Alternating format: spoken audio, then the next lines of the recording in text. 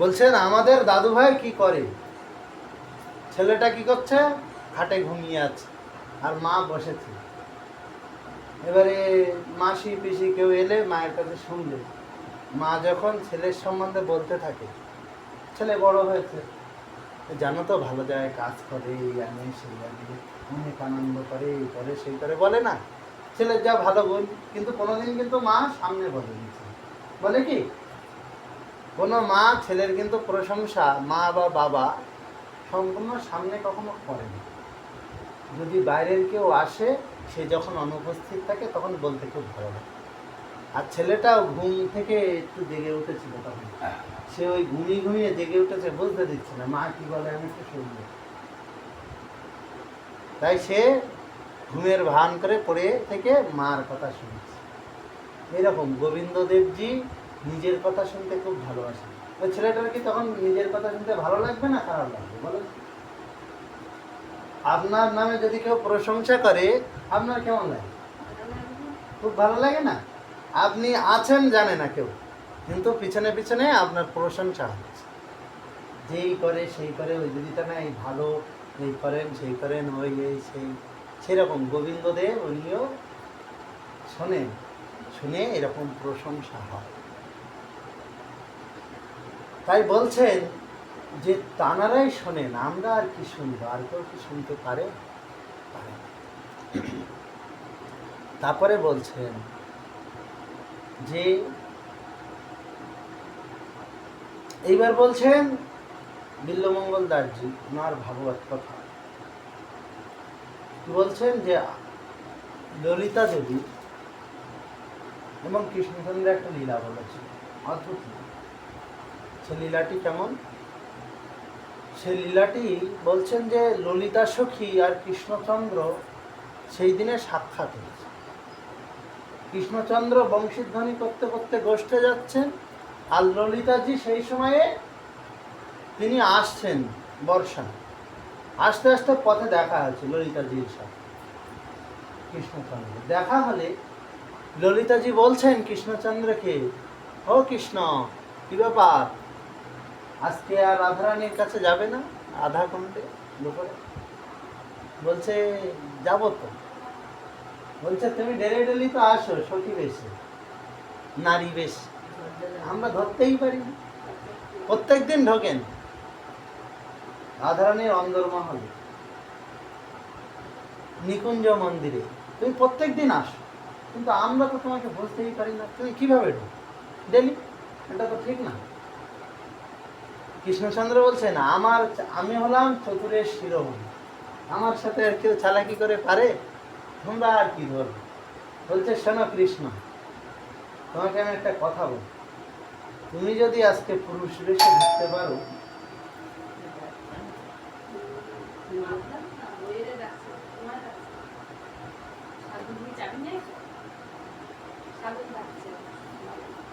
তুমি যদি আজকে পুরুষ বেশে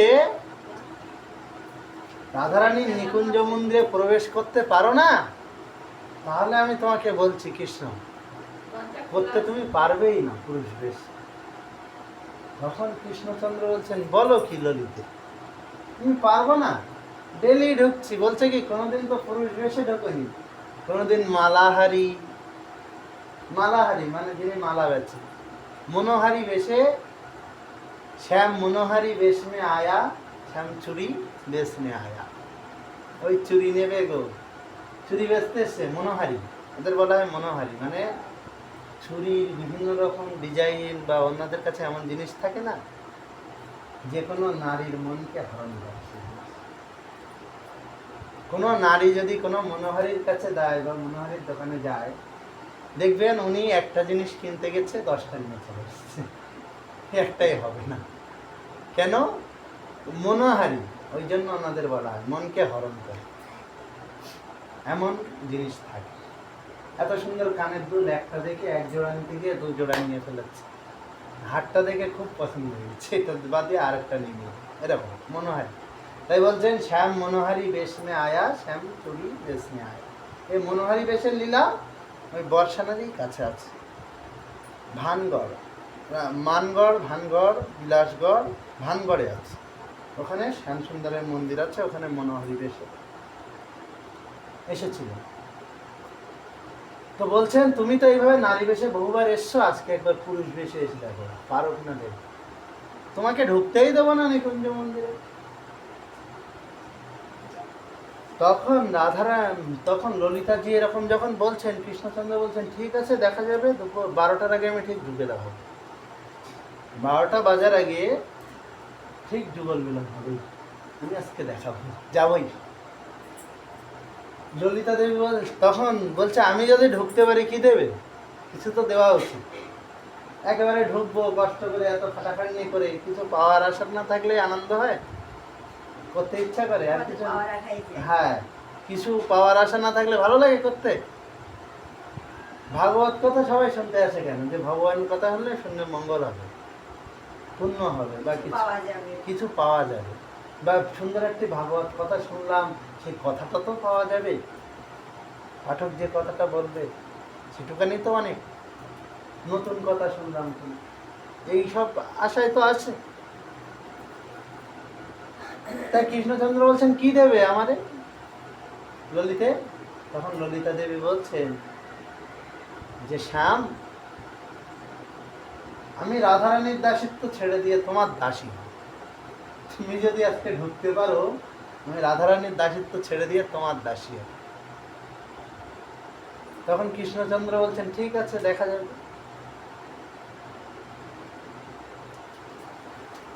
এইবারে কৃষ্ণচন্দ্র বংশীবাদন করতে করতে গোষ্ঠে চলে গেলেন।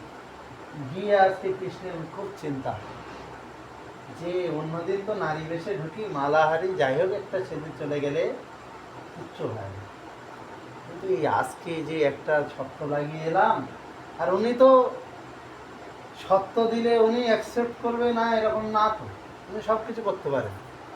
উনি বলছে এই একটা নারীর কাছে আমি হেরে যাব না, ঠিক না, তাও আবার রাধারানীর সখী হবে না, হারা ঠিক না, তাহলে আমার মান সম্মান থাকবে। তাই আজকে আমি কি সাজবো, কি সেজে ঢুকবো, পুরুষ বেশে তো যে কোনো পুরুষ ঢুকতে দেবেন, রাধারানীর অসুখ তো করেনি যে আমি বৈধ বেশে গিয়ে ঢুকে যাবো, সেরকম হলেও তো না হয়, আগে থেকে কথাবার্তা থাকলে বলতাম তুমি অসুস্থ ভাবটা করো, আমি ওই বৈধ বেশে ঢুকবো, কিন্তু বলছে না, সেভাবেও তো হচ্ছে না। আর রাধারানীর কাছে এখন যাওয়া কি,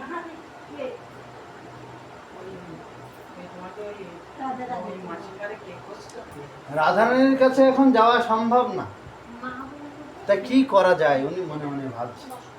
তখন সখারা সব বসে, কানাই এত তুই চিন্তিত কেন? বলছেন জানিস ললিতা আমাকে কি বলেছে? বলেছে আজকে কুঞ্জ মন্দিরে ঢুকতে দেবে না। কি করবো বলতো, একটা বুদ্ধি দে তো, যে কি বেঁচে গেলে ঢুকতে পারবো। তখন সবাই চিন্তা ভাবনা করছে, কানাই একজন বলছে আমার মাথায় তো কিচ্ছু আসছে না, তারা বলছে তুই বেশি বেশি করে খা, মোটা হ, তোর কিছু আসতে হবে না, বলি তুই খাওয়াটাই তোর ভালো লাগে, তুই খা। তাই এইভাবে সবার সাথে আনন্দ করছে আর কথা বলছে শ্যামসুন্দর। যখন এই বলছেন, বলতে বলতে বলতে বলতে মধুমঙ্গল বলছে কানাই আমার মাথায় এক বুদ্ধি এসছে জানিস তো। তা বলছে কি বুদ্ধি বল? আমি তো আজকে ঢুকতেই পারবো না, আমার কোনো রকম মাথায় আর কিছু আসছে না। আর যার যে চতুরের শিরোমণি, তার মাথায় আসছে না কেন জানেন? মানে যার ঘাড়ে কাজ থাকে না, তার বুদ্ধিটা সেই সময় কম করে, বুঝেছেন? এবার উনি বলছে যে আমি এত কিছু চিন্তা করছি কিন্তু ঠিক মনে আনতে পারছি না কি করব। এই চিন্তা করতে করতে মধুমঙ্গল যখন বলেছে, তখন বলছে তুই তাড়াতাড়ি বল কি ছাড়তে হবে, তাড়াতাড়ি বল। বলছে যে তুই আজকে জ্যোতিষী হয় না, জ্যোতিষী সাহেব, এইবারে জ্যোতিষী সেজে কি হবে? তখন কৃষ্ণচন্দ্রকে আর বলতে লাগে কি হবে, বলছে আমি বুঝে গেছি কেন, নারী জাতির একটা দুর্বলতা আছে, কেউ যদি হাত দেখতে পারে দেখবে, সেখানে বলবে আমার হাতটা একটু দেখেন কি আছে জীবনে দেখি, ও করবেই, যে কোনো নারী যাবে হাত দেখাবে। সেই পুরুষটা যদি ঠগ হয় বা তার এমন বিদ্যা থাকে, আপনার ওই ভাগ্যরেখার থেকে আপনার ভালো ভাগ্যটাকে সে নিয়ে নিতে পারে। এরকম জ্যোতিষবিদদের ক্ষমতা থাকে, বুঝেছেন? ধরেন আপনার এক জায়গায় খুব আনন্দের সময় আছে, খুব ধন প্রাপ্তির স্থান আছে, থাকে অনেকের ভাগ্য, সেই স্থানটা উনি মন্ত্র দ্বারা, ওনার শক্তি দ্বারা নষ্ট করে দেবেন, দিয়ে যার এই স্থানটা নেই তাকে দিয়ে দেবেন। অবশ্য যিনি করেন তার নিজের নেওয়ার ক্ষমতা থাকে না, এখান থেকে ওই দিকে দেবে বা অন্য কাউকে দেবে, তিনি নিজে গ্রহণ করতে হবে। এগুলো হলো মন্ত্রের শক্তি, বুঝেছেন? এরকম ব্যাপারই বেশি হয়। তো এরকম হতে পারে, কিন্তু নারী জাতি কি করছে? বলছে নারী জাতির যে আগ্রহ, ওই আগ্রহের প্রতি আমরা হাত এগুলো। তাই উনি বলছেন তুই জ্যোতিষী সাজে, জ্যোতিষী সেজে হাত দেখবি। হ্যাঁ, তখন কৃষ্ণচন্দ্রকে সকারা সাজাচ্ছে কায়দা করে, সুন্দর গোপ দাড়ি লাগিয়ে দিয়েছে। ওনার তো জীবনে গোপ দাড়ি হয় না, এমন সুন্দর লাগিয়েছে, বলছে স্বয়ং ব্রহ্মা যদি এসে বলে এটা কি, চিনতে পারবে না এটা শ্যাম সুন্দর না অন্য কেউ।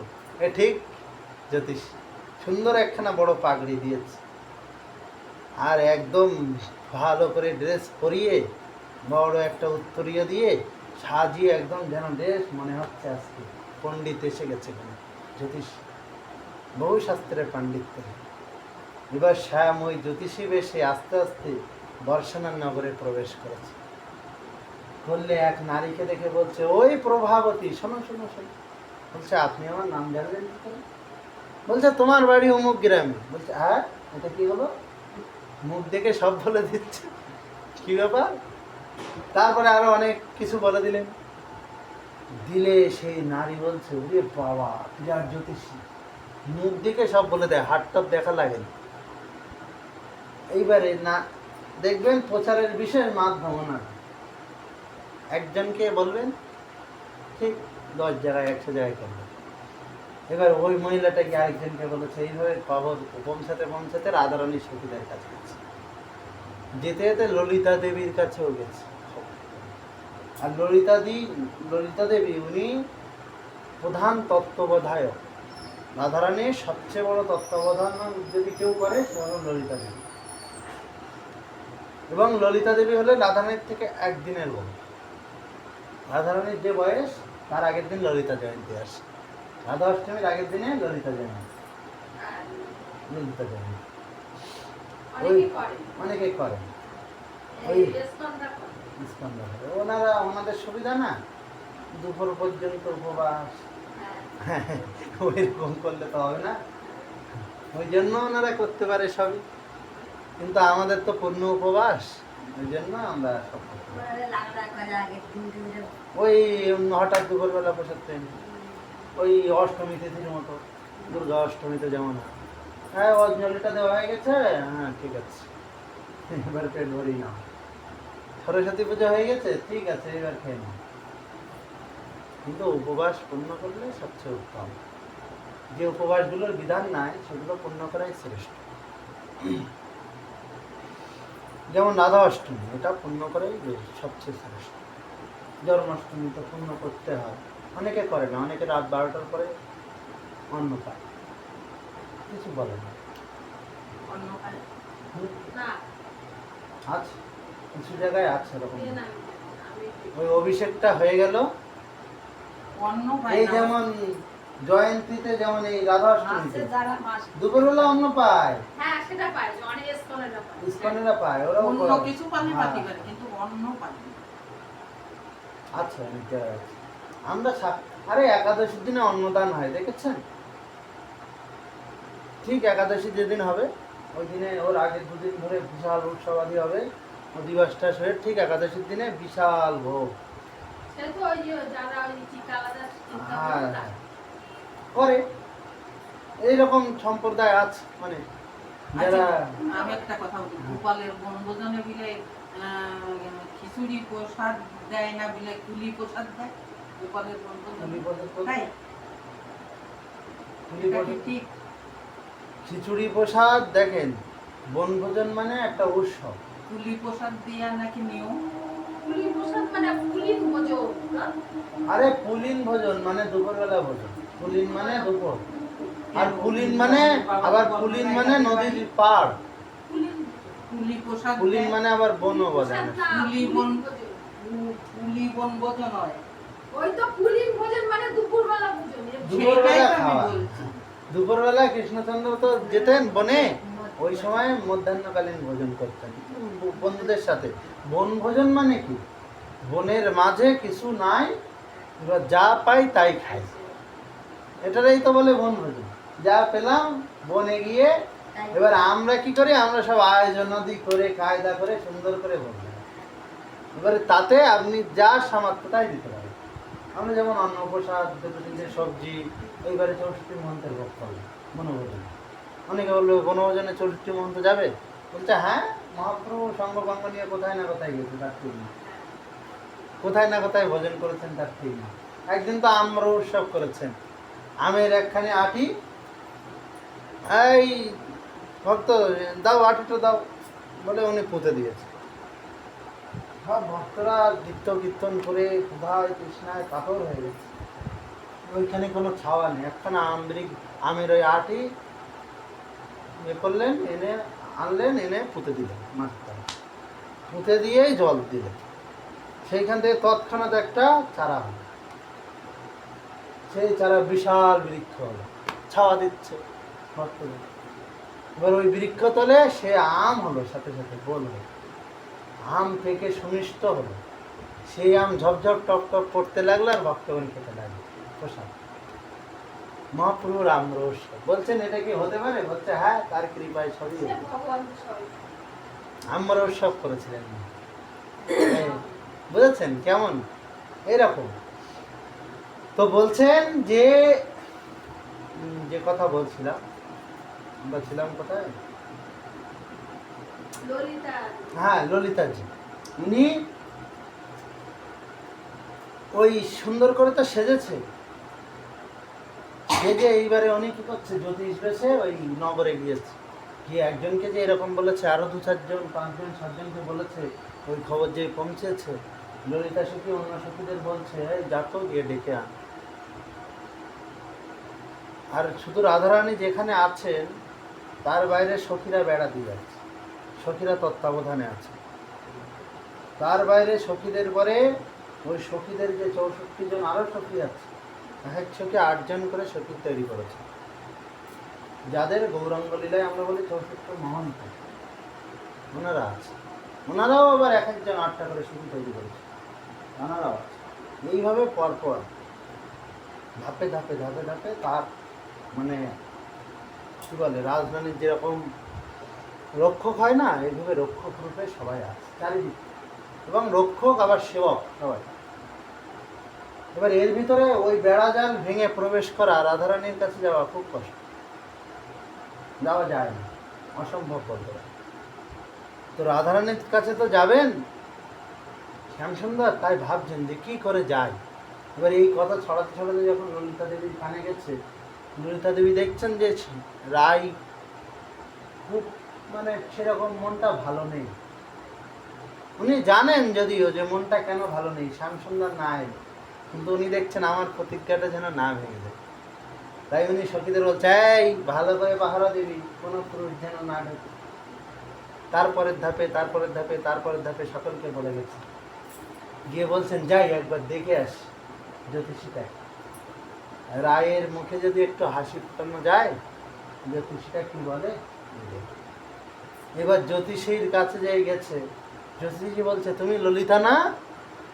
বলছে আরে বাবা, সত্যিই তো বিরাট জ্যোতিষী, আমার মুখ দেখে আমার নাম বলে দিয়েছে। তখন বলছে আরে আমি মুখ দেখে সব কিছু বলতে পারি, তোমার বয়স কত, তোমার বাড়ি কোথায়, তোমার উঁচাগাঁওতে বাড়ি না? বলছে আরে বাবা, এই আবার বাবার নাম মায়ের নাম সব বলে দিচ্ছে, এ কি, এ তো ঠিক না। বলছে তখন আমার মত বিশ্বাস হচ্ছে যে না, বিশাল জ্যোতিষী, এত বড় জ্যোতিষী হয় না, আমাদের রাধারানীর হাতটা একবার দেখাতেই হয়, নাহলে হয়। যে ললিতার সাথে প্রতিজ্ঞা করেছে যে আমি শ্যামসুন্দরকে নিয়ে যাব না, তিনি এই জ্যোতিষী যোগী শ্যামসুন্দরকে বলছেন এনাকে নিয়ে যেতে হবে বলে, উনি বলছেন ঠিক আছে চলো জ্যোতিষী, আমাদের রাজরানী রাধারানী তিনি আছেন, একটু মনটা দুঃখী কেন বলতে হবে, চল হাতটা দেখতে হবে। মুখ দেখেই তো বলতে পারে না, হাত তো দেখার দরকার নেই, মুখ দেখেই বলতে পারে, অসুবিধা নেই, চলো। বা ললিতা দেবী নিজেই নিয়ে যাচ্ছে। তখন শ্যামসুন্দর বলছে ওনার যাওয়ার খুব আগ্রহ, কিন্তু উনি বলছেন কি না না, আর কোনো নারীর অন্দরমহলে, ওরে বাবা, ওসব জায়গায় আমি জীবনে যাইনি। আর তার উপরে রাজরানী রাধারানী, ও বাবা, না না না না, আমার ধারে মোটে যাওয়া যাবে না। আমি যাবই না বিশ্বভানুপুরের দিকে, বাবা বিশ্বভানু রাজা কিরাম লোক আমি জানি না। তখন বলছে না না, রাজা খুব ভালো, আর রাজা এখন তো রাধারানী রাজত্ব করছেন, কোনো চিন্তা নেই, তুমি চলো। বলছে না আমি যাবো, মানে উনি ভাব দেখাচ্ছেন যে আমি যাবো না, কিন্তু মনে মনে ভীষণ আগ্রহ যাবে। এইবারে তখন বলছে কি, বেশি না বললে আবার যদি না নিয়ে যায়, তখন বলছে যে ঠিক আছে চলো, এত করে বলছে যখন। এইবারে যেতে যেতে যেতে যেতে ওই ঠিক মহলের সামনে গিয়েছে, গেলে সব সখী যারা পাহারায় ছিল বলছে এই কোনো পুরুষরে ঢুকতে দেবে না, ঠিক আছে। তখন ও বলছে আসুন, যেই ভেতরে যেতে যাচ্ছে, না আপনার ঢোকা যাবে না জ্যোতিষী। কৃষ্ণ বলছে এইবার মনে হয় ফেসে গেছে, নিজেই নির্দেশ দিচ্ছে কোনো পুরুষকে ঢুকতে দেবে না, আবার কি করছে, আমাকে ঢুকাতে চাইছে। তখন বলছে যে না, আরে জ্যোতিষীটাকে ছাড়, অন্য কোনো পুরুষ শ্যামসুন্দর যদি আসে ঢুকতে দেবে না।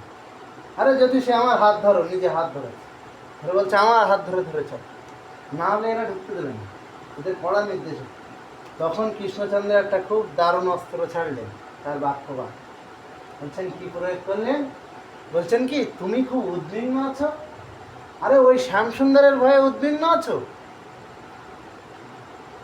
যে সত্য লেগেছিল, বলছে তুমি তার দাসী হবে না বলে এত চেষ্টা করছো। তখন বলছে আরে বাবা, এই কথা জেনে গেছে আমার মুখ দেখে। তখন শ্যামসুন্দরের পিছনে পিছনে নিজে হাতে করে ধরে ধরে নিয়ে যায়, নিয়ে গেলে যখন ওই 64 মন্ত, মানে যে 64 জন সখী আছে, ওনারা বলছে না না ললিতাকে ঢোকানো যাবে না, এ আমাদের ঠিক ভালো লাগছে, এ কোথা থেকে তুই কাকে নিয়ে এসছিস। বলছে না না, এ বিশাল জ্যোতিষী, আমার মনের কি খবর না খবর সব বলে দিচ্ছে, রাধারানীকে একটু দেখাতে পারলে ভালো হয়, চলো চলো।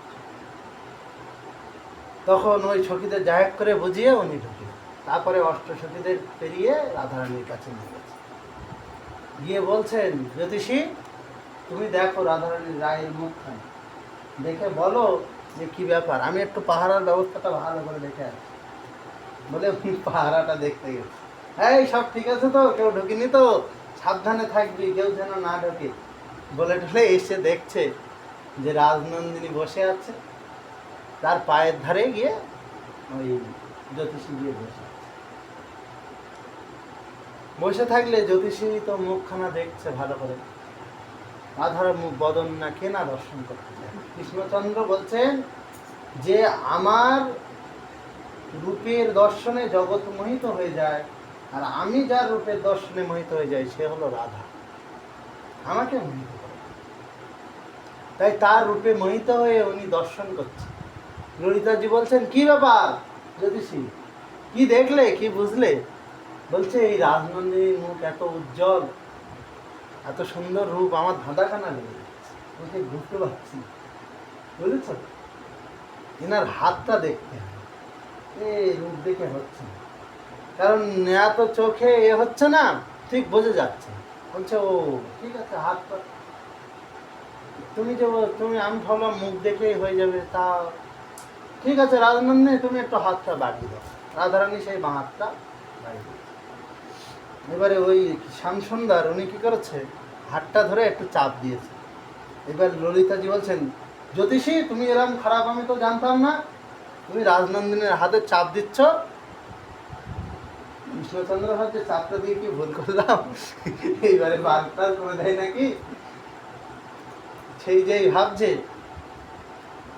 রাধারানী বলছেন আমাদের চোখ এড়ানো অত সহজ নয়, রাধারানীর খুঁটি নাটি সমস্ত বিষয়ে আমাদের ধ্যান থাকে, তুমি আলতো চাপ দিলেও আমরা ধরে ফেলেছি যে তুমি চাপ দিয়েছ।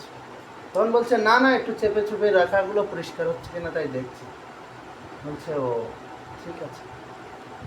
বলছে যে তোমাদের রাজনন্দিনী, এইবারে বলছেন হাতে, তোমাদের রাজনন্দিনী শ্যামসুন্দর আসেনি বলে এত দুঃখ।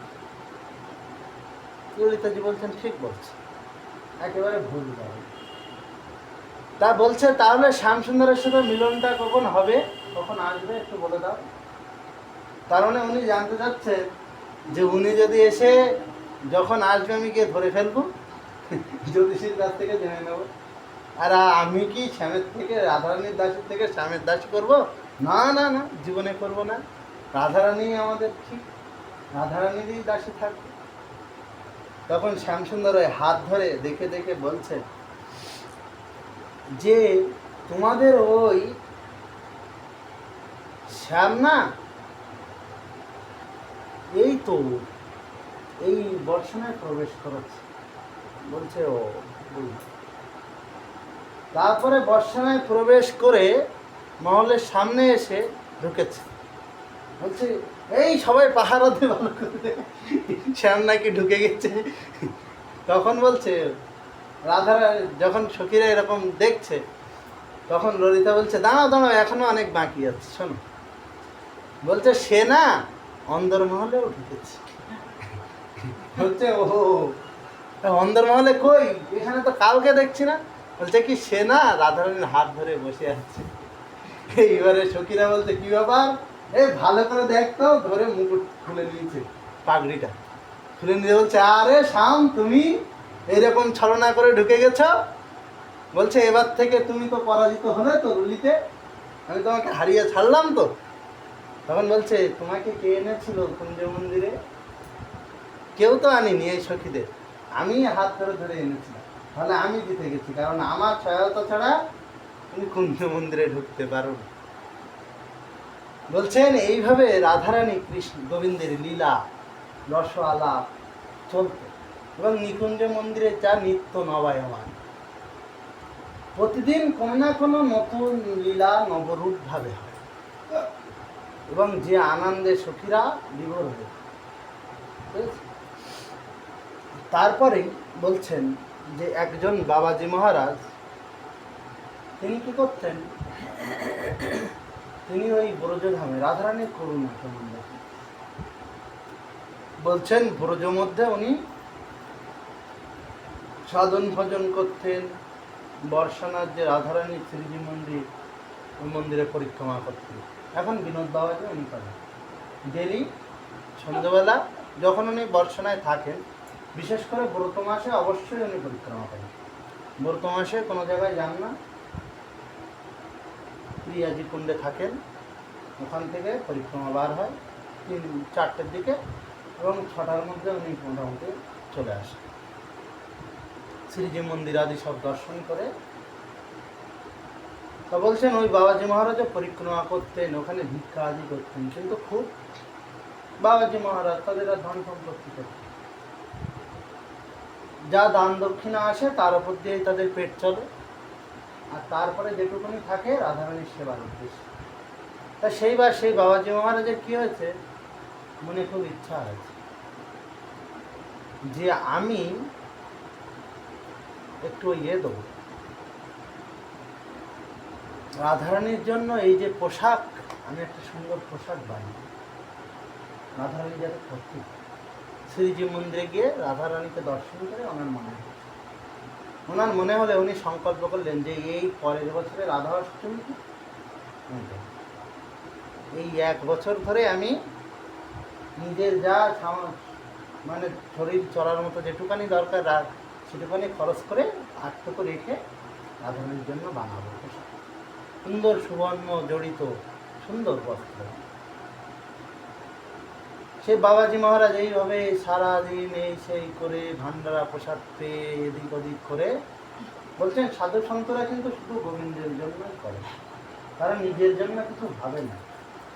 এই যে বাবাজি মহারাজ যারা আসেন ভক্তজনেরা কি করে, আমরা ভাবি যে আবার ভোজন দক্ষিণা পাচ্ছে, দেখো প্রসাদ পেয়ে খেয়ে আবার পয়সা নিয়ে চলে যাচ্ছে।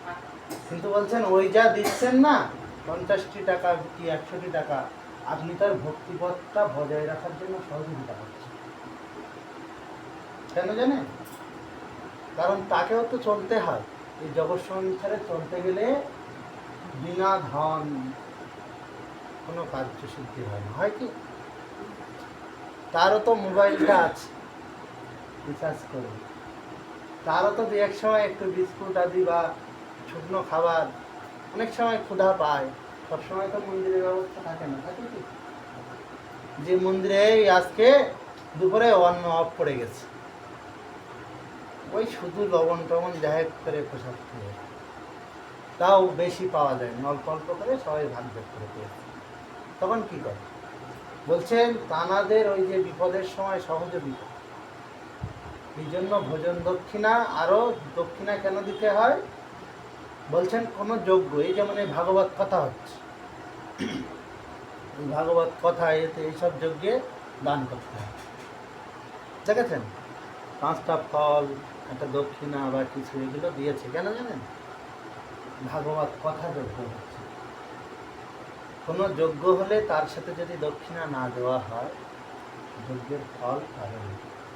ওইরকম ভোজন করানো, সাধু সন্তদের ভোজন করানো, ওটাও একটা যজ্ঞ। ওতে কিচ্ছু না দিতে পারে, 1 টাকা বা 16 আনা দক্ষিণা অবশ্যই দিতে হয়। এবার অনেকের আছে, অনেকে 5 টাকা দক্ষিণা দেয়, যেমন নিউ গৌরী জুয়েলার্স, ওনার ওখানে গিয়েছিলাম রথে, সাধুদের ভোজনের দিনে 5 টাকা করে দক্ষিণা দিয়েছি, আর এই বস্ত্রটা দিয়েছি। যার সামর্থ্য আছে সে তত দান করে, বুঝেছেন? ও মামা, ওদের কোনো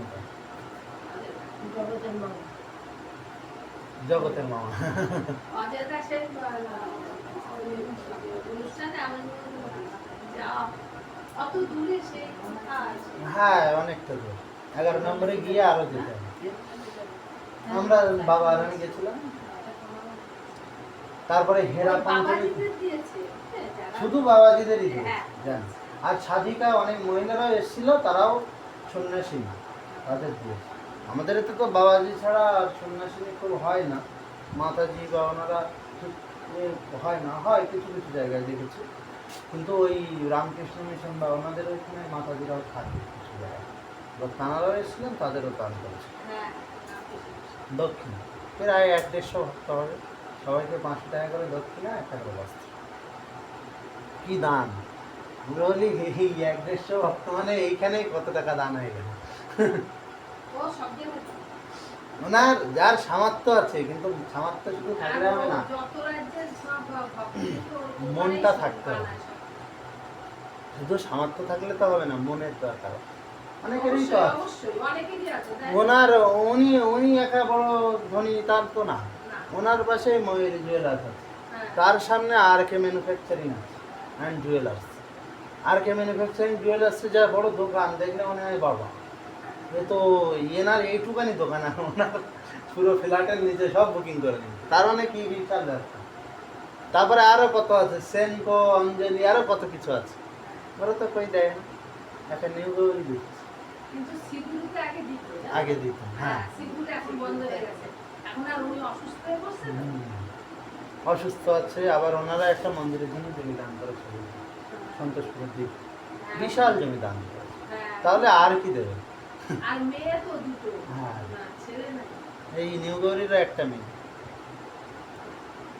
গৌরী জুয়েলার্সের দুটো ছেলে, দুটো ছেলে, মেয়ে নাই। মেয়ে নাই? সেটাই তো বলে। বলে কি আমি কারে দেবো, আমার মেয়ে থাকলে তো দিতাম, আর কি বলে, বাচ্চা হলে ছেলে তো নিয়ে আসবে না, নিয়ে আর কি বলে। তা বলছেন যে এইরকম মানে বাবাজি মহারাজ তো খুব দেওয়ার ইচ্ছা, রাধারানীকে একটা পোশাক দেবে, তাই 1 বছর ধরে ধরে সঞ্চয় করে রাধা অষ্টমীর কিছুকাল আগে যখন জন্মাষ্টমী এসেছে 15 দিন আগে, তখন উনি এক দর্জির কাছে গিয়ে বলেছে এইরকম সুন্দর সুবর্ণ জড়িত যা টাকা লাগে এই টাকার মধ্যে মোটামুটি তৈরি করবো, কারণ আমার তো এর থেকে বেশি কিছু নেই, আমার ভিক্ষার পয়সা। ওই জন্য সাধু সন্তদের দেখলে কাকে দান করবেন না করবেন জানি না, কিন্তু যারা বাবাজি গৃহত্যাগী তাদের কিছু দেবেন, কারণ তাদের অনেক সময় ধনের প্রয়োজন হয়। যারা দীক্ষাগুরু বা আদি যারা বড় বড় পাঠক তাদের হয়তো কম লাগে, কারণ তারা বিভিন্ন জায়গা থেকে অনেক পয়সা করবে, কিন্তু যারা সাধারণ আছেন ওনার সাথে আছে সবাই কিন্তু পায় না, বুঝেছি? একজন বাবাজির সাথে 10 জন লোক এসছে, তার ভিতরে ওই যারা এসছে 10 জন, ওর ভিতর 2-1 জনের হাতে খুব কম পয়সা দেয়, এরকম হয়। কারণ এই যেমন আমাদের এই ভক্তদের, আমরা যারা আসি পাঠ কীর্তনাদি করি, এর ভিতরে আমাদের 2-1টা ভক্তের কাছে কিন্তু বেশি পয়সা যায় না। যদি বলেন তোমরা দাও না, এবার আমরা তো যোগ্যতা বুঝে পয়সা দিতে হবে। আমাদের একজন যে যেমন পারে, যে যেমন কীর্তন আদি গাইতে পারে, তার সেরকম আমাদের করতে হবে। আমাদের তো হঠাৎ আমি আবেগের বসে কাউকে বেশি দিয়ে দিলাম, তাহলে তো দলটা চলবে না। ওদের ক্ষেত্রে ওরকম হয়, প্রত্যেকটা স্থানে। কি বললাম বলছি, বুঝে শুনে দিতে হয়। আর সব যে ভক্তগণ বা সব বাড়িতে আমাদের বিশাল দান দক্ষিণা করে তা তো না। আমাদের কেউ গেলে ওই এক বাড়িতে একদিন রান্না বান্না সব করলাম, পাঠ কীর্তন সব করেছি, মাইক নিয়ে গেছি, 101 টাকা দক্ষিণা দিয়েছি। কি বলবেন, সব মিলে বলছে বাবা এছাড়া আর কিছু দেবে না। আমি পারবো না, আমার সাহস নেই। কি আছে না আছে আমরা জানি না, কিন্তু তিনি বলছে এই পারবো, তাতেই করতে হচ্ছে। এবার আমি তার থেকে কাকে মাইক সেটের পয়সা দেবো, কাকে বাসনপত্র আনার দেবো, কাকে রান্নার দেবো, কাকে পাঠ কীর্তনের দেবো, কাকে গানের দেবো, কাকে পাঠের দেবো, বলে সম্ভব? তাই বলছেন যে ওই বাবাজি মহারাজ যখন দিয়েছে দোকানে, ওই মিস্ত্রি খুব সুন্দর করে রাধারানীর একটা সুন্দর পোশাক বানিয়ে, ওই পোশাকটা বানালে দেখবেন রাধারানীর মন্দিরে 284টা মতো ধাপ আছে, 264টা নিলাম আর 84টা আছে মান মন্দিরের উপরে। এবারে ওই যে ধাপগুলি পার হয়ে হয়ে হয়ে হয়ে বাবাজি মহারাজ আস্তে আস্তে রাধা রাধা করতে করতে হাতে সুন্দর ডালি সাজিয়ে উঠছে যে আজকে রাধারানীকে আমি এই পোশাক পরাবো। ওই উঠে একটা চাতাল আছে, ওইখানে এসে একটু রেস্ট নিয়ে আবার একটু উঠতে হবে। ওইটা আস্তে আস্তে আস্তে আস্তে আরও প্রায় 20-30 ধাপ উঠলেন। উঠে যেই ওখানে এসে দাঁড়িয়েছেন, কষ্ট হয়ে গেছে তো, দাঁড়িয়েছে, দাঁড়ালে সেই সময় এক লাডলি এসছে, বোঝের বোজাঙ্গনা, বোঝের নিয়ে একটা এসছে, এসে বলছে বাবা তোমার ওই যে সুন্দর বস্ত্র দেখছি তোমার হাতে, ওই বস্ত্রখানি আমাকে দেবে? বাবাজি বলছে না না আমি দেবো না, আমি এটা রাধারানীর জন্য আনিয়েছি। বলছে রাধারানীর তো নিত্য নতুন কত বস্ত্র পরিধান, সে নিত্য নতুন সকাল বিকেল দুপুর সমান তার বস্ত্র পরিবর্তন। তা আমার তো কোনো বস্ত্র নাই, এই দেখো ছেঁড়া ফাটা একটা পরে আছে, তা তুমি এই বস্ত্রটা আমাকে। বাবা বলছে না না, ওনার অনেক 1 বছর ধরে ধরে চিন্তা করছি যে রাধারানীকে দেব, একখানা বস্ত্র দেব, কিন্তু ওই লাডলি মোটে কথা শুনে না। বাবা মুঝে দে দো, মেরা তো পোষ নেই है, तुम मुझे ही दे। এইভাবে বারবার যখন বলছেন, তখন রাধারানী সেই বাবাজির হৃদয় তো কঠোর হৃদয় হয়নি সন্তান, অল্পেই দয়া পরবশ হয়ে করুণার বিগ্রহ। তাই সেই করুণার বিগ্রহ, করুণার মূর্তি তো, তার মনে এমন করুণা এসছে, দিই না, না হয় পরের বছর আবার রাধারানীকে দেবো, কষ্ট করে। ওই লাডলি উনি দেব বলার আগেই লাডলি এমনভাবে ছিনিয়ে নিয়ে চলে গেল বস্ত্রটা। বাবাজি বলছে মনে মনে ভাবছেন দিচ্ছিলাম, কিন্তু ওইভাবে ছিনিয়ে নিয়ে গেলি মা, খুব খারাপ লেগেছে। তখন ওই বাবা ওইখানে এসে বসে বসে, ওনার মনের আশা তো পূরণ হয়নি, আর মনের আশা না পূরণ হলে কি হয়, ক্রোধ হয়ে যায়, আর ক্রোধ যদি না করতে পারেন দুঃখ হয় না? অনেকে রেগে দুঃখ করে না, দেখেছেন? রাগ হয়ে গেছে, কিন্তু ওই যে রাগ প্রকাশ করলে মহারাজ তখন কান্নাকাটি লাগে। বাচ্চারা দেখবেন একটা বায়না ধরেছে, পাচ্ছে না, আশা করলে ক্রোধ আসে, এবার ক্রোধ এলে, ক্রোধ প্রকটের না জায়গা থাকলে তখন ক্রন্দন আসে। ক্রোধ থেকে বাবাজি মহারাজের রাগ হয় নাই, কারণ তিনি করুণার বিগ্রহ শ্রীমতী রাধারানীর জন্য ভেবেছিলেন। তার তখন সজল নয়নে, হে রাধে, তোমাকে আমি দিতে পারলাম না। এত বছর ধরে ধরে একখানি বস্ত্র বানিয়েছি, দিতে পারলাম না বলে হাহুতাশ করছে, ক্রন্দন করছে বসে বসে। তখন ওই বাবাজির পরিচিত এক ভক্ত এসে বলছে, বাবা, ও বাবা, তুমি এখানে বসে কাঁদছো কেন? চলো চলো চলো, আজ রাধারানীকে দর্শন করবে, চলো। বলছে, না, যাব না। আজ ভেবেছিলাম রাধারানীকে এই পোশাকে দেখব, কি দর্শন করব। আমার কথা, এই পোশাক কি পরাতো? যারা পরায়, যে সেবকরা পরাতো, কিন্তু সে পরাতো না পরাতো তাকে তো সমর্পণ করতে পারতাম। কিন্তু সেই বোঝ বালিকা আমার বস্ত্রখানি নিল। আরে বাবা, তুমি আগে গিয়ে তো দেখো কি হয়েছে, তুমি এখানে বসে ক্রন্দন করছো কেন? চলো চলো চলো। বাবাজিকে এক প্রকার যেন হাতে ঘাড়ে হাত দিয়ে ঘাড়ে করে যেন তুলে নিয়ে চলে গেল ওই বাবা। বলছে, তোমার কত সৌভাগ্য তুমি জানো না, চলো বাবা, দেখো দেখো দেখো। বাবাজি গিয়ে যে এই রাধারানীকে দর্শন করছে, না, হা হা হা, শ্রীমতী রাধারানীর সেই রূপে